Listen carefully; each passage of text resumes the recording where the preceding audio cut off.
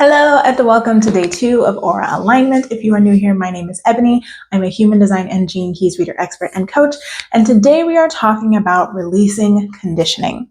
So before we get started, my human design and gene keys readings are open for the next few days. They will be open until the 14th of February. However, early bird pricing will be closing on February 10th. So if you are interested in getting a human design or gene keys reading with me, go ahead and click the link in my description box to get all the information and to book your reading. So for day 2, we're going to be focusing on your centers.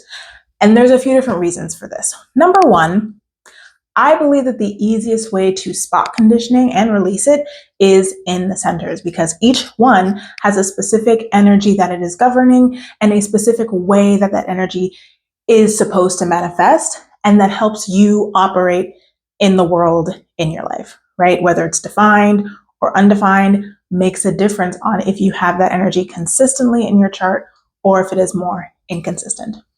Number 2, when you focus on your centers and not so much on your energy type, like as a specific thing, you're able to tune into the specific flavor that you have as your energy type. So let me explain. Not all generators are created equal. Not all manifestors are created equal. Not all projectors are created equal. You get the point. The only ones that are fairly consistent across the board are reflectors, but even still, there's some variability. There's some variability between reflectors as well, right? With your profile, with the amount of gates that you have defined in your centers, there's still a lot of variability between reflectors. But like if you take a generator, you can have a generator with all their centers defined. And you can have generators that have 2 centers defined. They're both generators, but one has exponentially more defined energy, which means they have exponentially more output. Even though they are both generators, the way that their energy manifests is still going to be different because of the amount of centers that is defined and undefined. You can have a projector that has no motor centers defined, and you can have a projector that has 3 motor centers defined. They're both projectors, but one is going to have exponentially more energy to play around with than the other.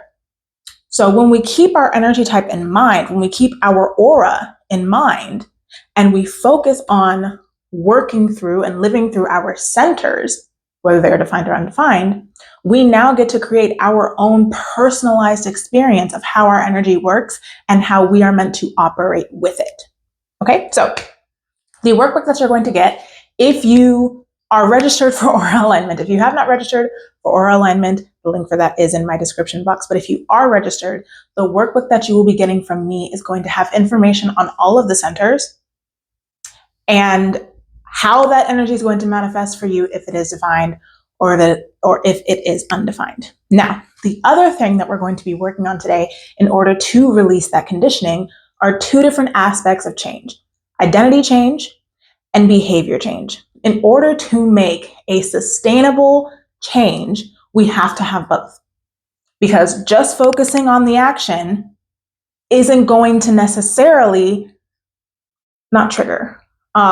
heal or deal with the root cause that is causing that behavior, right? If we just focus on the behavior level, we might not actually be getting to the nucleus of what the issue is, right?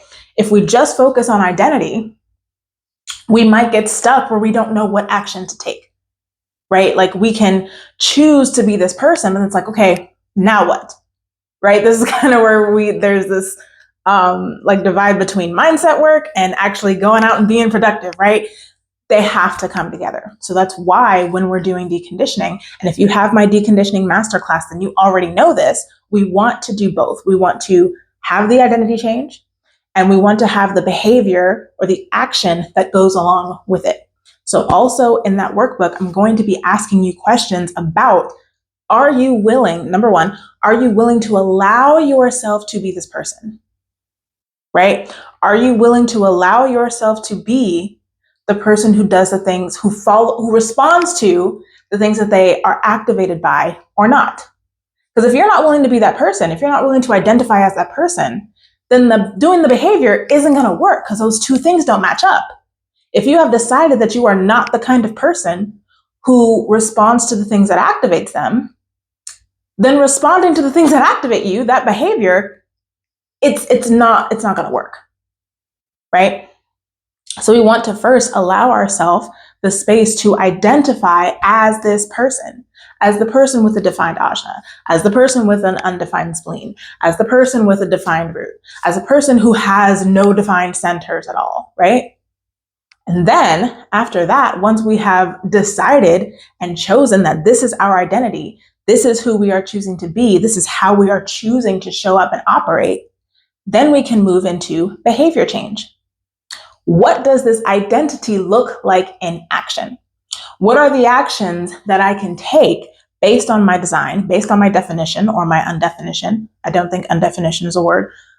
But what are the actions that I can now take as this new identity, as this person that I have now chosen to be? And you will also find examples of that in your workbook as well. So I'm having some audio issues. I don't know what's wrong with my mic, but I have ordered a new one. She's on her way, but I wanted to make sure that I finished this series for you all. So I'm trying to keep this video very short. Hopefully nothing cuts out. If it does, I will either refilm or I'll put it in the comments below. If you are interested in getting a human design and gene keys reading with me, again, my readings are only going to be open for a few more days. Early bird pricing ends on the 10th. Readings close on the 14th of February. So if you're interested in that, the information will be down below in the description. And I will see you tomorrow for day